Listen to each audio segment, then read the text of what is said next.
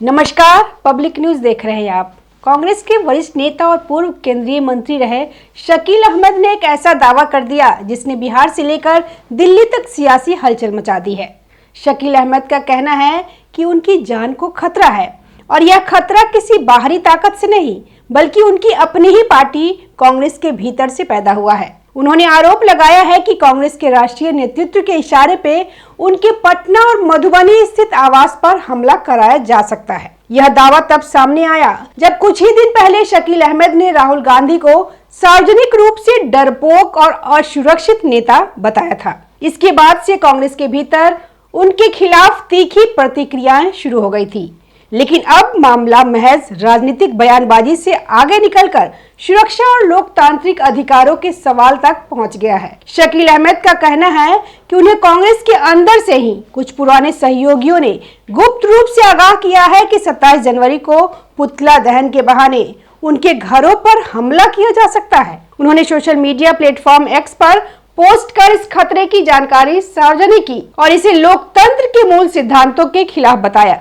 शकील अहमद ने अपने पोस्ट में लिखा है कि उन्हें भरोसेमंद स्रोतों से जानकारी मिली है कि बिहार कांग्रेस और युवा कांग्रेस को उनके खिलाफ उकसाने का निर्देश दिया गया है। उन्होंने सवाल उठाया कि क्या पार्टी में असहमति रखने का यही अंजाम होता है? क्या अब कांग्रेस के भीतर आलोचना की कोई जगह नहीं बची है? इस पोस्ट के बाद बिहार की राजनीति में भूचाल आ गया। कांग्रेस के भीतर लंबे समय से दबे असंतोष की परतें अचानक खुलकर सामने आने लगी। विपक्षी दलों ने इसे कांग्रेस की अंदरूनी लोकतांत्रिक व्यवस्था पर बड़ा सवाल बताते हुए हमला तेज कर दिया, जबकि कांग्रेस नेतृत्व की ओर से फिलहाल इस पूरे मामले पर चुप्पी साधी गई है।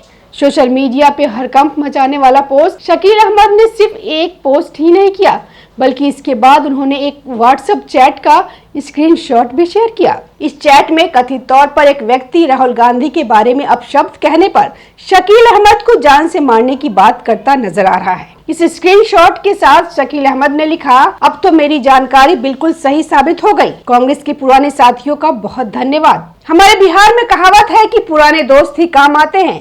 क्या यह सब राहुल गांधी के आदेश के बिना हो रहा है? इस बयान के बाद मामला और गंभीर हो गया।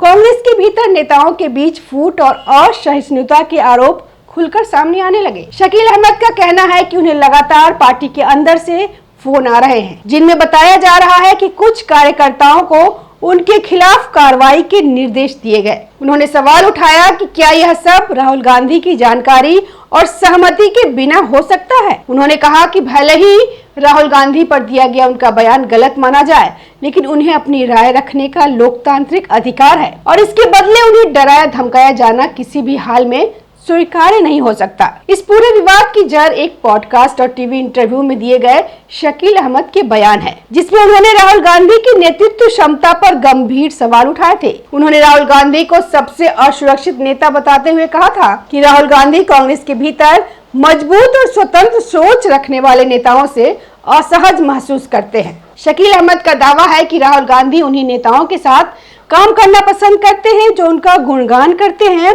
और जिनसे उन्हें बॉस होने का एहसास होता है।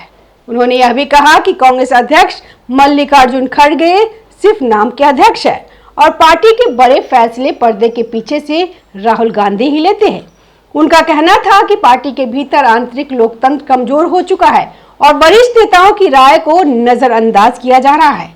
यही वजह है कि पार्टी लगातार चुनावी असफलताओं का सामना कर रही है और जमीनी कार्यकर्ताओं का मनोबल टूट रहा है।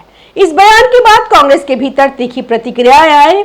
कई नेताओं ने इसे अनुशासनहीनता बताया, जबकि कुछ नेताओं ने शकील अहमद के आरोपों को निजी हताशा का नतीजा कहा। लेकिन शकील अहमद का कहना है कि उन्होंने पार्टी हित में सच्चाई सामने रखी और इसके लिए उन्हें धमकाया जाना बेहद चिंताजनक है। उन्होंने कहा कि कांग्रेस जैसी पार्टी जो लोकतंत्र और अभिव्यक्ति की स्वतंत्रता की बात करती है, अगर अपने ही नेताओं की आवाज दबाने लगे तो यह देश की राजनीति के लिए खतरनाक संकेत है। शकील अहमद ने राहुल गांधी की राजनीति और रणनीति पर भी गंभीर सवाल उठाए। उन्होंने राहुल गांधी के संविधान बचाओ अभियान को लेकर कहा कि इसका जमीनी स्तर पर कोई खास असर नहीं दिख रहा। उन्होंने मुस्लिम समाज का हवाला देते हुए दावा किया कि खुद मुसलमान भी राहुल गांधी के आरोपों और अभिमानों से पूरी तरह सहमत नहीं है। उन्होंने यह भी कहा कि कांग्रेस के कई बड़े नेता मुस्लिम नेताओं के साथ मंच साझा करने या फोटो खिंचवाने से कतराते हैं, क्योंकि उन्हें अपने हिंदू वोट बैंक के खिसकने का डर रहता है। यह दोहरा रवैया पार्टी की राजनीति को कमजोर कर रहा है और अल्पसंख्यक समाज में भी भ्रम पैदा कर रहा है। शकील अहमद ने साफ तौर पे कहा है कि कांग्रेस अब न तो अल्पसंख्यकों की सच्ची प्रतिनिधि पार्टी रही है और न ही बहुसंख्यकों का भरोसा जीत पा रही है। यही वजह है कि पार्टी लगातार चुनाव दर चुनाव कमजोर होती जा रही है। शकील अहमद ने एक बड़ा खुलासा किया।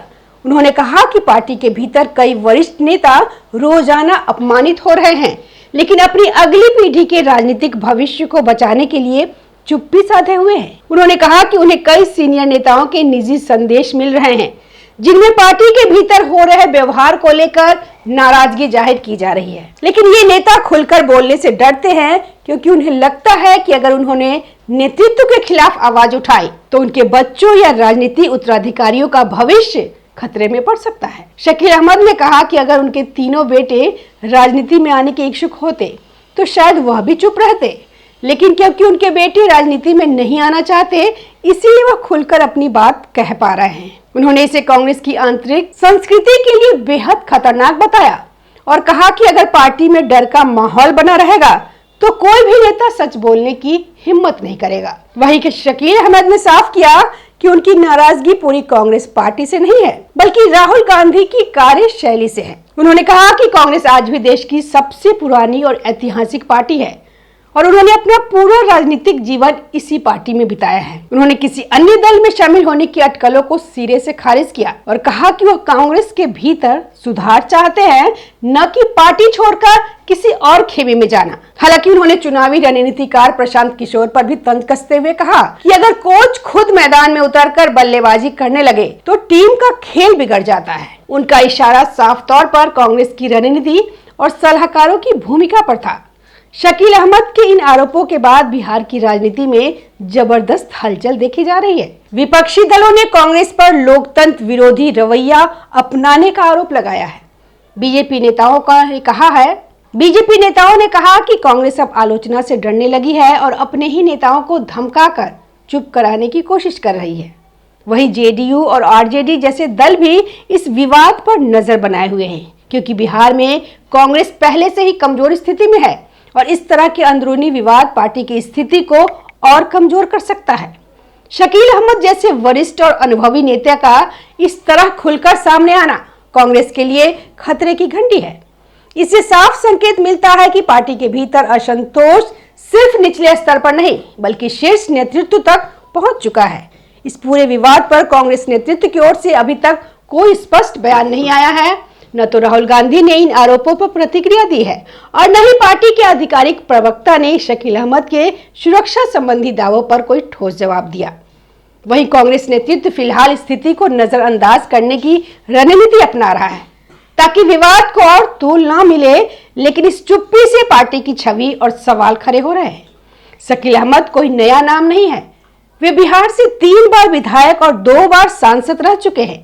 इसके अलावा वे 2000 से 2003 तक बिहार प्रदेश कांग्रेस समिति के अध्यक्ष भी रहे हैं। उनके दादा और पिता भी कांग्रेस के नेता और सांसद रह चुके हैं, जिससे वे कांग्रेस की राजनीति करने वाले तीसरी पीढ़ी का प्रतिनिधित्व करते हैं। 2025 के बिहार विधानसभा चुनाव के बाद उन्होंने कांग्रेस छोड़ दी थी। चुनाव खत्म होने के अगले ही दिन उन्होंने पार्टी से इस्तीफा दे दिया और तभी से राहुल गांधी की कार्यशैली पर लगातार सवाल उठा रहे हैं। उनका कहना है कि उन्होंने पार्टी इसलिए छोड़ी क्योंकि उन्हें लगा कि कांग्रेस अब अपने मूल सिद्धांतों से भटक चुकी है और आंतरिक लोकतंत्र खत्म होता जा रहा है। शकील अहमद का यह दावा कि उनकी जान को खतरा है सिर्फ एक व्यक्ति की सुरक्षा का मुद्दा नहीं है, बल्कि यह देश की राजनीतिक संस्कृति और लोकतांत्रिक परंपराओं पर भी सवाल खड़ा करता है। अगर किसी पार्टी के भीतर असहमति रखने वाले नेता को धमकियां मिलने लगे तो यह लोकतंत्र के लिए बेहद खतरनाक संकेत है। राजनीतिक मतभेद लोकतंत्र की आत्मा होता है और इन्हें दबाने की कोशिश करना किसी भी लोकतांत्रिक व्यवस्था को कमजोर करता है। शकील अहमद ने सरकार और प्रशासन से भी मांग की है कि उन्हें सुरक्षा दी जाए और उनके घरों की सुरक्षा सुनिश्चित की जाए ताकि किसी भी संभावित हमले को रोका जा सके। अब बड़ा सवाल यह है कि कांग्रेस इस विवाद से कैसे निपटेगी। क्या पार्टी शकील अहमद की आरोपों की आंतरिक जांच कराएगी? क्या राहुल गांधी या पार्टी नेतृत्व इस पूरे मामले पर सार्वजनिक रूप से सफाई देंगे, या फिर यह मामला समय के साथ ठंडा पड़ जाएगा? बिहार की राजनीति में इसका असर पड़ना तय माना जा रहा है। पहले से कमजोर स्थिति में चल रही कांग्रेस के लिए यह विवाद और नुकसानदायक साबित हो सकता है। विपक्षी दल इस मुद्दे को जोर शोर से उठाकर कांग्रेस को घेरने की कोशिश करेंगे। वहीं पार्टी के भीतर भी असंतुष्ट नेताओं को अब खुलकर बोलने का मौका मिल सकता है। अगर और नेता शकील अहमद के समर्थन में आते हैं तो यह कांग्रेस नेतृत्व के लिए बड़ी चुनौती बन सकता है। शकील अहमद का यह मामला सिर्फ एक नेता और पार्टी के बीच टकराव का मामला नहीं है, बल्कि यह कांग्रेस के भीतर नेतृत्व संकट, आंतरिक लोकतंत्र की स्थिति और राजनीतिक असहमति को लेकर पार्टी के रवैये को उजागर करता है। एक तरफ शकील अहमद अपनी जान को खतरा बताकर सुरक्षा की मांग कर रहे हैं, वहीं दूसरी तरफ कांग्रेस नेतृत्व की चुप्पी कई सवाल खड़े कर रही है। यह विवाद आने वाले दिनों में बिहार और राष्ट्रीय राजनीति में किस दिशा में जाएगा, यह देखना बेहद दिलचस्प होगा। लेकिन इतना तय है कि यह मामला कांग्रेस के भीतर लंबे समय से दबे असंतोष को सामने लाने वाला साबित हुआ है। अब सवाल यह है कि कांग्रेस इसे चेतावनी के रूप में लेकर आत्ममंथन करेगी या फिर इसे नजरअंदाज कर आगे बढ़ने की कोशिश करेगी, क्योंकि राजनीति में चुप्पी कई बार जवाब से ज्यादा तेज आवाज बन जाती है।